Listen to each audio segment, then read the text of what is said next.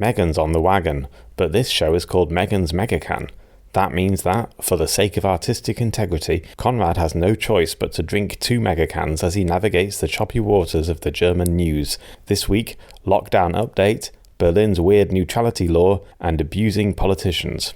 Es ist News-Zeit.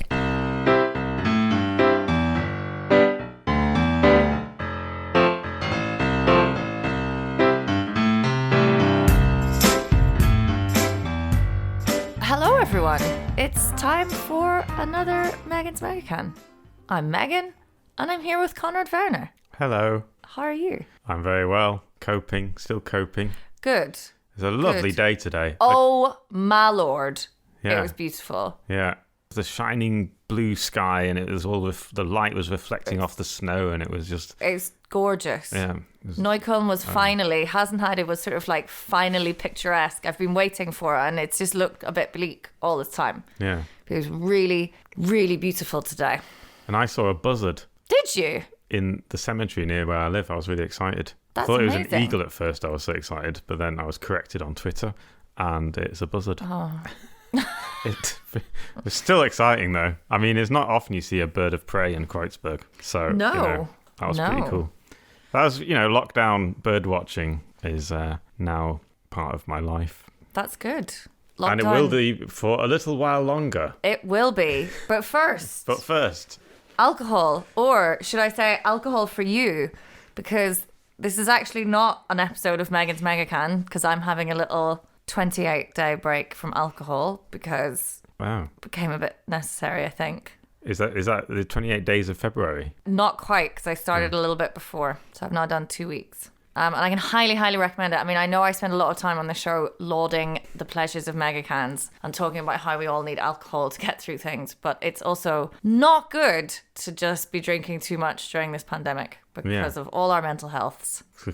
I, on the other hand, am continuing to drink. Yes. At the same rate as I normally do. Drink 2 Megacans today.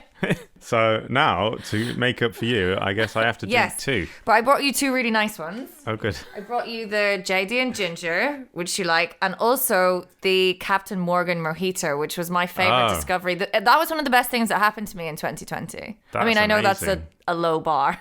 I don't know how this is going to go, because I've never actually drank 2 in half an hour. Which is going to be, it's quite a lot. It's quite a lot. This is terrible. I have literally not been tempted at all in the last 2 weeks by booze, but holding these 2 Megacans, oh my God, take them away from me. Oh my Lord, I love Megas. Right, okay. I'm going to start with the JD and Ginger. I'm having a non-alcoholic beer, which I actually quite like. I know some people can't abide them, but I like them.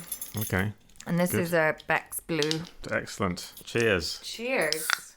Friday night. Woo! In lockdown. Lockdown day, whatever. So the first bit of news we should get on. Before we do that, sorry. I have to address something really stupid that I did last week, and I would very much like to thank one of our listeners who took not an inconsiderable amount of time to very measuredly and constructively point it out to me that I really should not have made that really stupid joke that I made about not allowing old people to vote. And I shouldn't have just let you say it without in any way challenging it at all. You absolutely did challenge it, but I was already well into my Megacan, and as anybody who knows me, I'm not easily challenged in those positions. But first of all, I really would like to apologise to anyone that just in general for that. It was unacceptable for 2 reasons. One, it was, even if it was meant as a joke, which it was, obviously, I wasn't seriously suggesting that, but I am very much a proponent of, if a joke is not funny for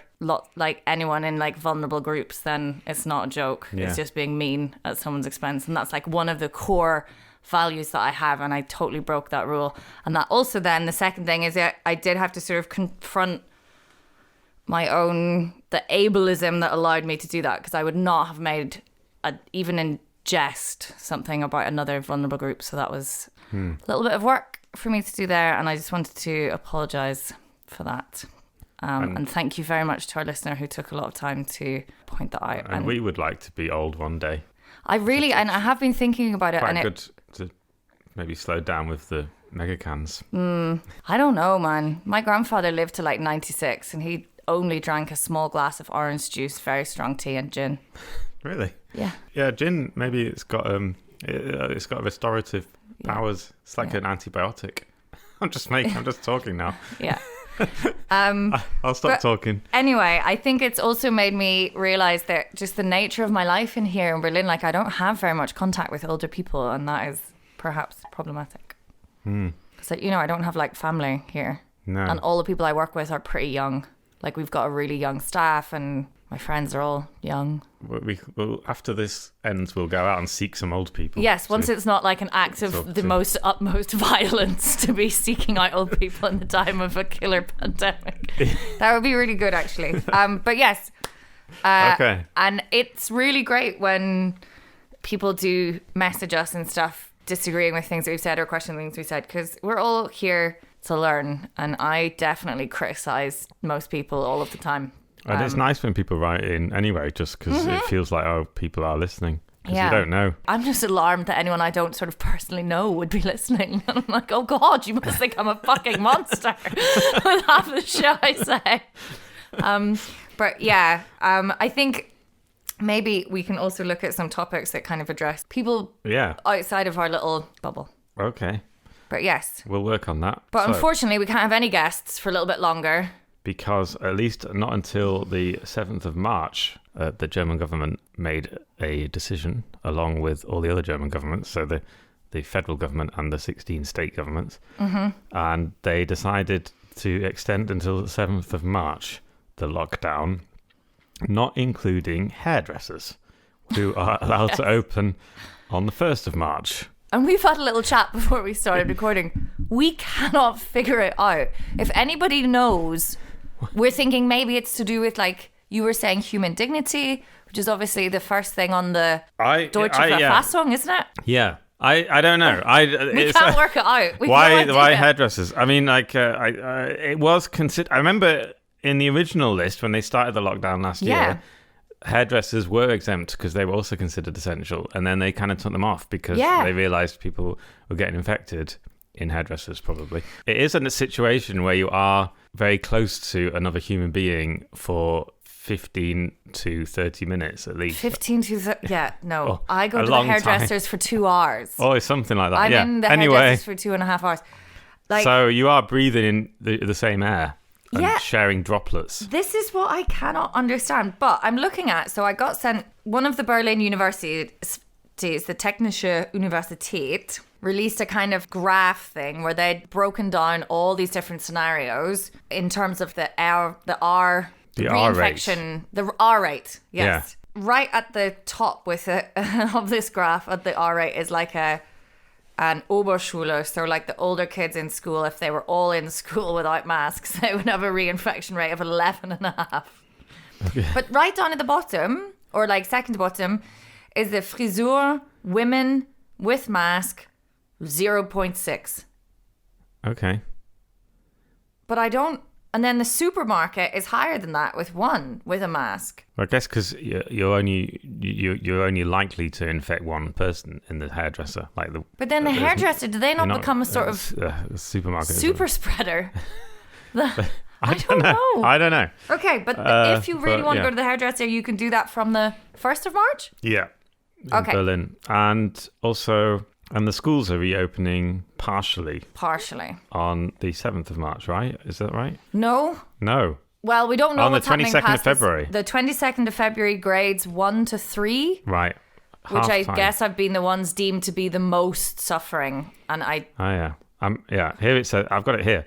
According to the Berliner Zeitung, thank you very much, English Berliner Zeitung, grades 1 to 3 return on the 22nd of February, half-time in alternating half-size classes. Yeah. Caveat, presence is not compulsory. Yeah. So if you really don't want to send your child to school because you're worried that they're going to run around and stick their tongues in other children's faces, which they will because children do those types of things, and then will bring you home some coronavirus, you do not have to send your child to school. There's no Präsenzpflicht. And the Kitas are opening 60% capacity also from that day. Oh, are they? Yeah. Oh, that's new. To me, not new. And the kids of parents in essential professions and kids with special needs get first dibs. Okay. Right, there's that. Lockdown. Yes. Lockdown, rundown. Just wanted to, a bit of public service there. Good. For people in Berlin. I have to say, and I have really stopped after my massive upset a few weeks ago when Berlin went against all of the like lockdown. I've just refused to get involved with like, what are they going to do? What are they going to do? But I was quite surprised this week that they've not said more about classes going back in, like that they're really keeping this harder lockdown longer. That did surprise me. There's not so much talk about, kids need other kids. Well, they had this whole plan that they were trying to ram us back into school in the middle of January when the incidence was like over 150, I think. But that whole like schrittweise plan that they had, we haven't heard hide nor tail of it since. No. Which I think is surprising. So I don't know what was said to Sandra Scherer. Would you like to hear in Berlin at the moment? Please. Because I've got just because I have them here. Well, this is my alarm clock because I have Berliner Rundfunk as my radio alarm clock, but it'd be nice to hear it not half asleep. Again, according to the Berliner Zeitung English, thank you very much. New cases in one day, plus 396. The total number of corona deaths altogether in Berlin, 2,573. The R number is now 0.75. And new infections per week is at 62.9 per 100,000 inhabitants. That's still quite high, eh? Yeah, it's still quite high. I guess it has to go below 50. The number they're now talking about is 35. Well, right, okay. Well, 35 then. Because I think people are looking at this. It's really funny, and I think the longer this goes on, the more difficult it is for people to hold it in their head why we're doing all of this, and then it's not just like how life is because everything sucks. Because people, I think, have been like, well, we'll get to 50, and then I'm like, no, then we have to not do anything. The reason this is working is because we're, and I think it is probably, I know it's really, really hard and it's sucky, but I kind of think we do need to keep this lockdown going. I may be entirely wrong. I don't know. Maybe in 20 years, people will be studying this in like Abitur history and they're like, good God, that was the most awful scandal, what they did to people when they should have easily done this. I don't know. I don't know either. But Sandra Scherer has been in the news for another reason. I know, it's like she cannot help herself. So she's not been allowed to do something insane regarding school openings because she's been told in no uncertain terms that won't fly. What's she done, Konrad? She has appealed against a decision from the Federal Labour Court, Bundesarbeitsgericht. Yeah. And is going to the Constitutional Court, Germany's highest court, over an issue of whether or not a Muslim lady should be allowed to wear a headscarf in school. A Muslim lady who is a teacher should be able to wear a headscarf in school. Yeah. And she has decided, because Berlin has this thing called a neutrality law, which says that anyone working in a public office cannot wear anything that has any religious, connotations, associations. You can't wear a cross. Yeah. You can't, and apparently you can't a kippah, and you can't wear a headscarf, apparently. And this law has been in since 2005. Yeah, tell us a little bit about this law. So it just, because I was actually, when I started looking at this, under the false impression that there was like a Bundesweit law about like this, but there isn't, and it's kind of up to different states to like work this out themselves. And it's quite funny reading through the list because it's obviously like Berlin, because it has, I guess, quite a high population of people who might choose to wear the headscarf. It's all like a much more controversial with some Bundesländer like, what? Well, I guess this woman, she was a Quereinsteiger, which means she came she came to the profession of teaching later in life. Is that right? It basically from another profession. So how teacher training works here, it's not like you do from the beginning. So from like 18, 19 years old, from 19 years old, you do a Lehramt, which is your whole bachelor's and a master's, incorporating both your subject knowledge and your teacher training, which is not often and she did the teacher training later. So she will have had a degree, and then she wants to come in from the side, Quereinsteiger, right, and do like the teacher training bit at the end, which quite a few people choose to do. And then the the government of Berlin said you can't wear a headscarf in school. And she went to court over this, and they found against her. The initial decision was against her. She appealed to this federal labor court, who overturned that ruling and said no. And that was in August last year. Yeah, it was August last year. And then this week, Education Minister Sandra Scheres of Berlin has decided to appeal that decision and go to the federal constitutional court over this big issue, and it caused a massive ruckus in the Abgeordnete. in the cabinet, in the Berlin cabinet. Oh, because okay, in the cabinet. In the government, it's called the Senate, but in the government itself, because she didn't tell the other ministers that she was going to do this, and they were all like up in arms. Said like, why? Like, for example, the Justice Minister Dirk Behrendt, he was extremely upset, according to the Tagesspiegel, during a cabinet meeting, and he said that he has no idea why the state of Berlin, which he also represents, would have to appeal this decision, and he thinks it's basically a waste of time, a waste of the court's time, a waste of energy, and they're just questioning what the point is of just dragging this decision through more courts when it's already been overturned by a federal court. I agree. So that's why it's in the news. Yes. Wow. So this Neutralitätsgesetz, the neutrality thing, that's just in Berlin, and it's been with us for how long? Where did that come 15 years. 2005 they brought in. Okay. It was a CDU idea, but it was the government at the time was SPD and Greens, so they must have agreed to it at some level. So our law, which is supposed to uphold religious neutrality. So this is the idea of it, that schools, much like in France where they have this like laïcité, like you have to separate the church and state, that's kind of what this is designed to do. Like the state needs to be neutral. So that was brought in by the Christian Democratic Union, am I correct? Yes. Our ruling party. Right. Okay, good. So that comes in. That's just like occurred to me now. Yeah. I mean, I know that that's different because it's a political party and they're obviously kind of biased, but it is funny that this is like a neutrality. Like you can't divorce things from their context. Like if you're that up for neutrality and like a lack of influence of religion on state affairs, then why is your political party the Christian Democratic Union? Good point. It's hard not drinking during the news.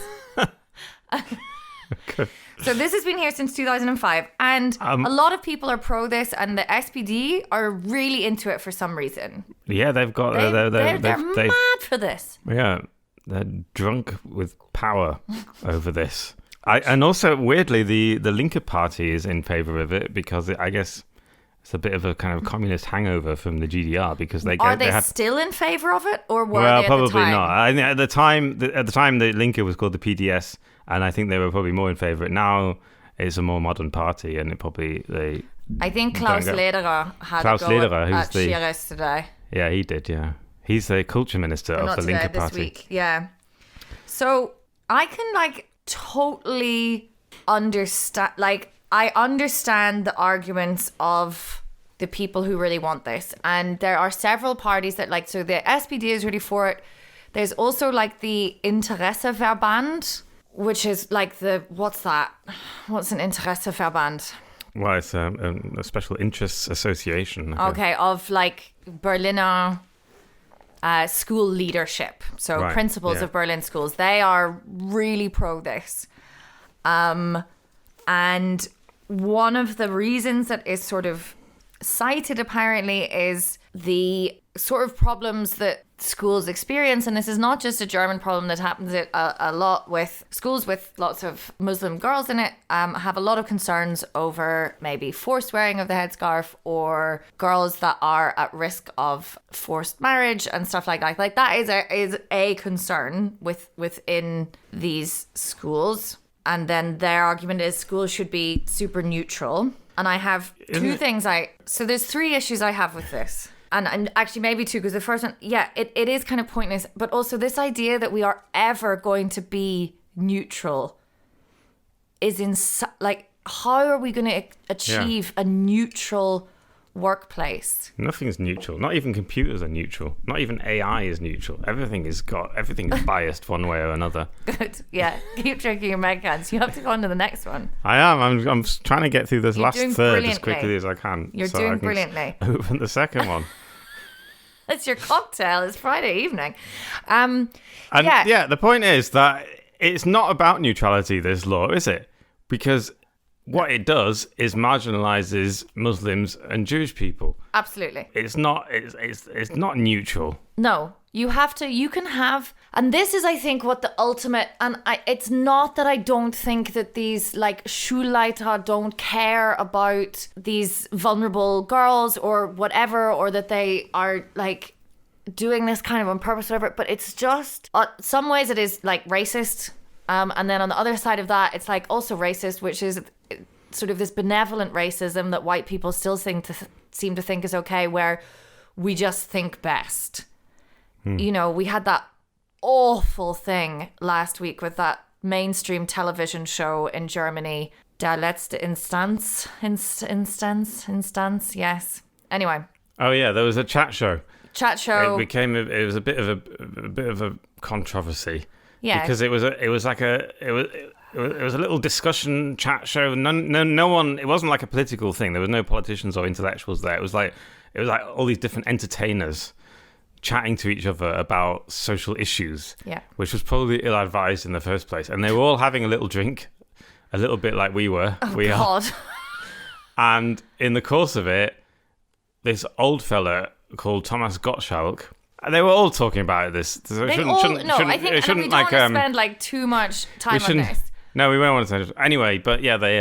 But the outcome of that conversation were 4 white Germans were saying racist things. Sat on a mainstream TV channel talk show and came to the conclusion that racism is not a problem in Germany, and that show went out. Like, I understand I've had to apologize for my own ableism at the beginning of the show, and right, so, but like that's just you and me drinking Megacans in a room. Like, somebody should have. Yeah, you'd think there'd be some editor who would say, and they have the channel has kind idea. Of released a very wishy-washy kind of not quite apology, but like statement on it saying maybe we should have had people with different mindsets, which is also bullshit. Like, call it what it was. It was racist. You put out racist programming and it sucks.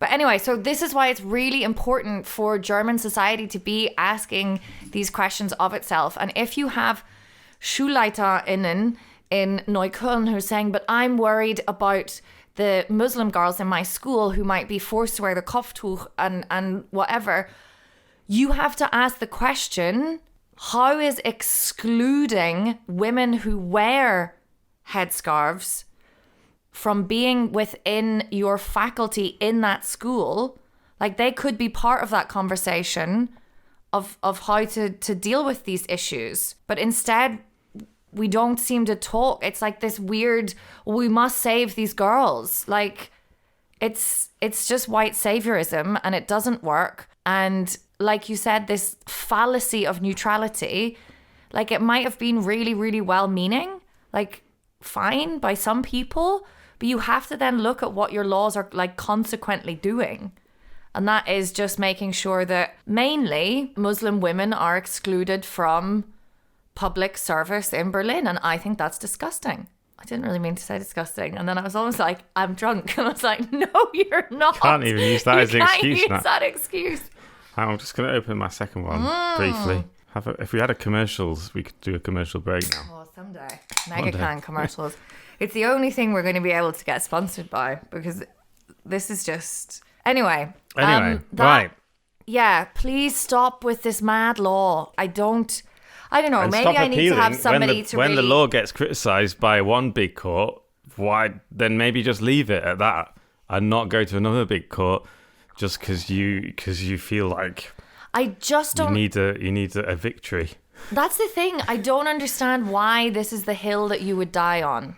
If the main reason why this law is coming into the news, and I'm sorry, I find it super distasteful, because the argument is that like what the basically to exclude anything from school, you have to prove in German, like the Schulgesetz, that it presents, it's the same with like if a child is, if a school wants to exclude a child, which is obviously a very, very last thing, you have to prove that it is a considerable and real risk to the peace of the school harmony and peace and kind of safety. And that is what the argument that these people are making. And I don't know how you can argue that allowing teachers who choose to wear headscarves to teach our children is more upsetting to the peace of our schools than than having like discriminatory laws about who can be a teacher, and how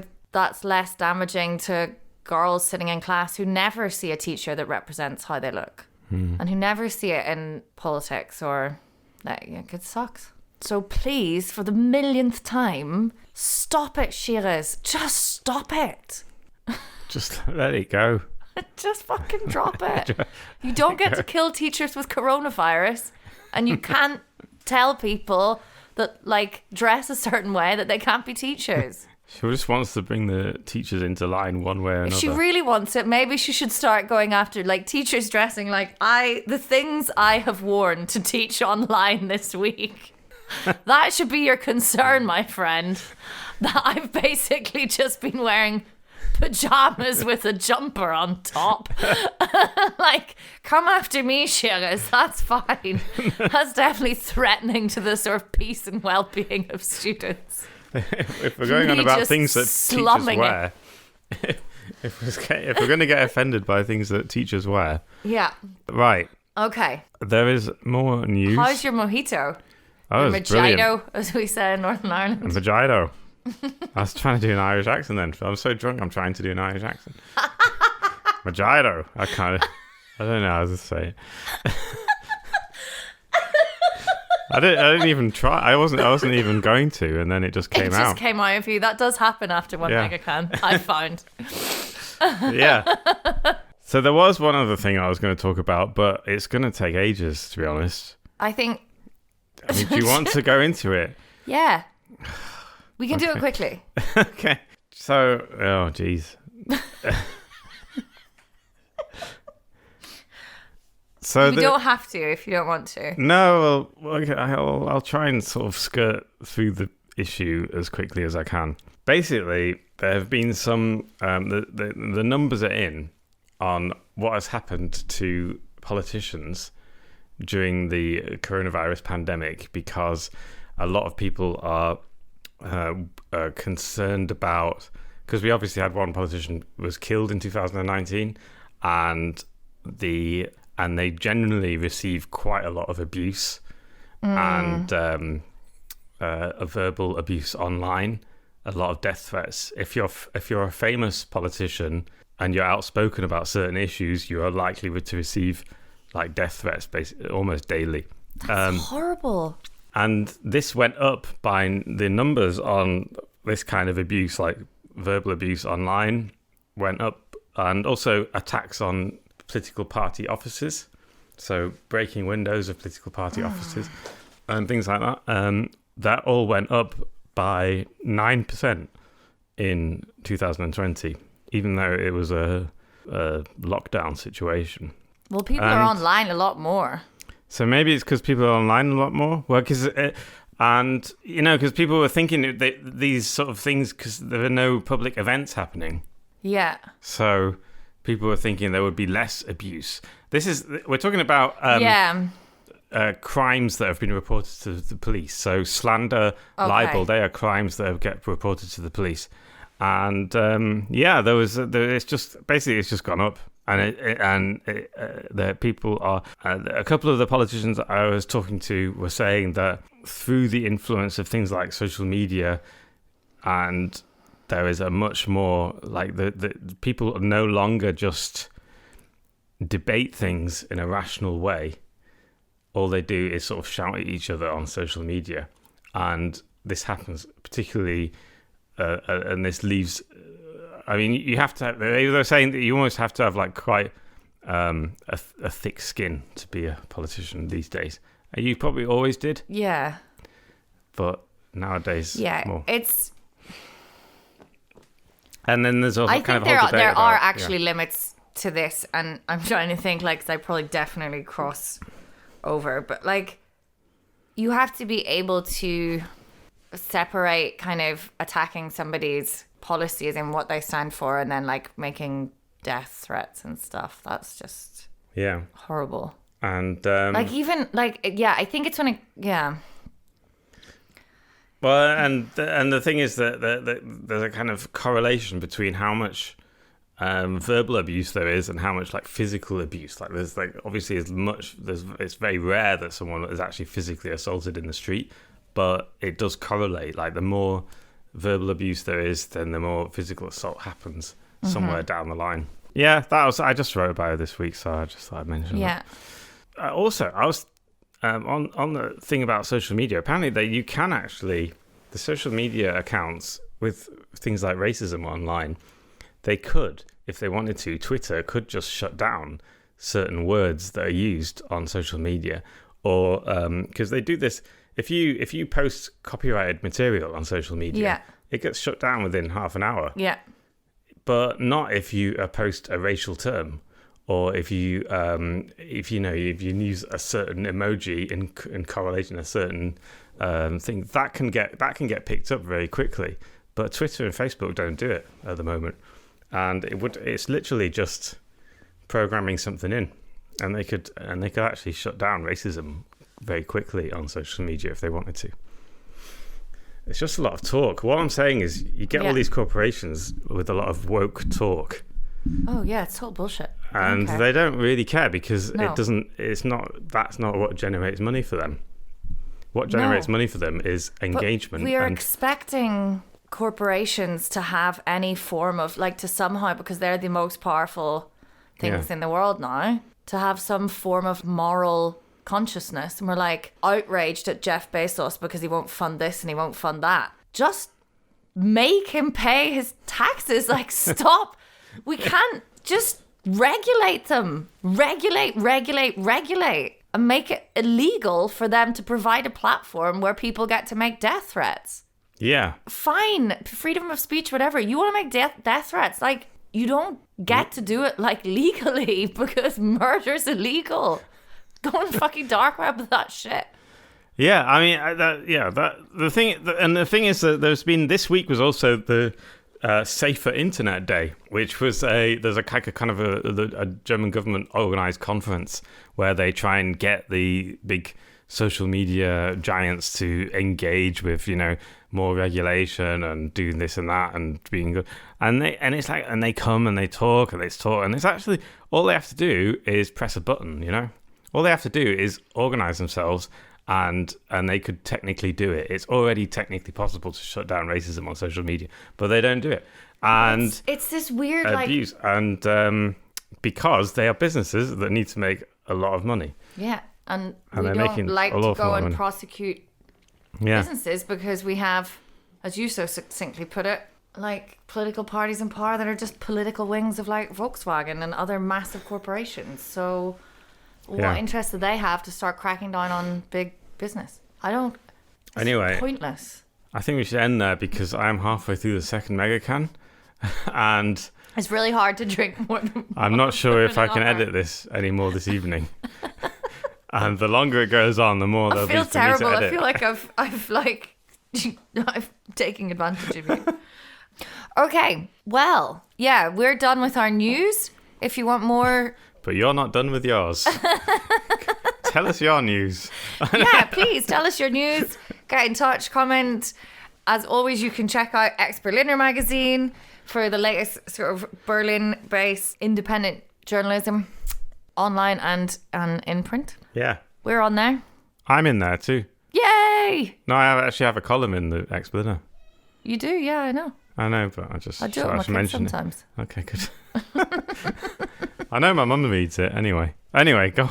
Let's wrap it up now. Stay safe. Go out. Enjoy some sledding. It looks terrifying. If you can find a slope in Yeah. Berlin. Hasenheide. People are just chucking themselves off that hill, down through the bushes and everything. It's treacherous. It's absolutely treacherous. I watched a grown woman do that, like, snowboardy like where you take the wheels off a skateboard and just fucking stack it into a bush. They're like fellows like running down up the hill going, oh no. I just laughed. I couldn't stop. She was okay. If she'd been there, I would have gone over. Okay. Anyway, yeah, go and either enjoy some things or enjoy some Schadenfreude. Brilliant. Yeah. Bye. Bye.